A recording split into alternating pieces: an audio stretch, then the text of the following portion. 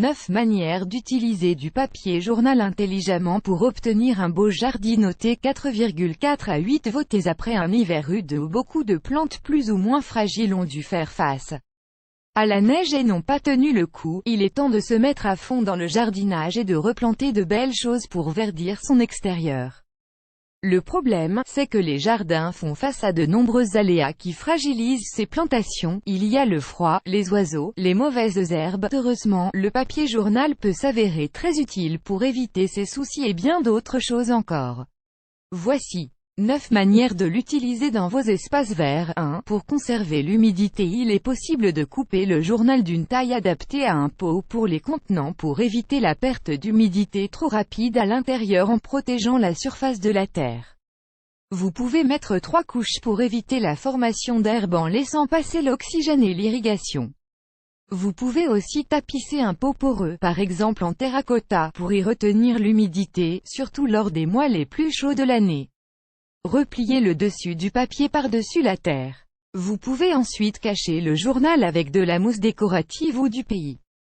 Cela peut aussi protéger vos graines des oiseaux et du froid les premiers temps tout en les faisant germer plus vite. 2. Des pots en journal pour les sémis. Pour tout ce qui est semis ou jeunes plants, il peut être intéressant de créer un petit pot de fortune en papier journal. Cela peut être obtenu par un simple pliage, mais il est aussi possible de laisser tremper une journée complète des bandelettes de journal dans de l'eau, une dose de papier, 2 doses d'eau, et de battre le tout avec un batteur. Retirez le surplus d'eau et formez votre futur pot dans un récipient en plastique avant de laisser sécher 3 jours. 3. Dans le compost avec la chaleur, le compost peut relâcher des odeurs fortes d'ammoniac à cause d'un excès de nitrogène et aux nombreux déchets alimentaires qui sont forts en odeur. Y ajouter du journal ajoutera du carbone au tout pour adoucir le compost. Mettez-le au sol, passez la tondeuse dessus et gardez dans un sac le mélange herbe coupée journal. Quand vous ajoutez des déchets alimentaires dans votre compost, vous pouvez aussi les emballer dans du journal directement. 4. Dans votre lombricompost, passez le papier à la déchiqueteuse. Ajoutez un peu d'eau pour obtenir une humidité pareille à celle d'une éponge essorée. Les vers s'en nourriront en même temps que des déchets alimentaires. N'hésitez pas à en remettre régulièrement. 5. Pour tuer les mauvaises herbes. Pour empêcher des plantes invasives de s'imposer dans votre jardin, arrosez votre parterre en profondeur et couvrez de journal les zones où il y a des mauvaises herbes et au niveau des espaces vides entre vos plantes en prévention. Arrosez et couvrez de pays. Les mauvaises herbes ne vont pas s'y installer et le sol sera plus riche. Cela peut aussi être malin d'utiliser quelques centimètres de papier journal déchiqueté mouillé dans un jardin en lasagne, donc avec un sol en plusieurs couches, surtout en couche tout en dessous, car il va agir comme un matelas qui étouffera les mauvaises herbes et les empêchera de se développer.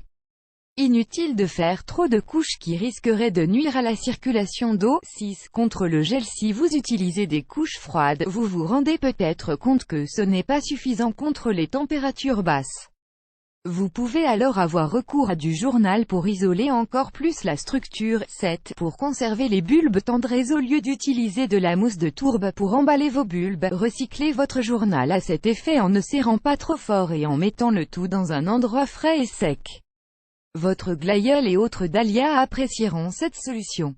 Vous pouvez aussi emballer individuellement les légumes ramassés dans votre jardin, ils se gardent mieux s'ils ne se touchent pas les uns les autres. 8. Un piège pour les nuisibles. Le journal humide est très attirant pour tous les nuisibles nocturnes qui vont adorer se cacher en dessous la journée.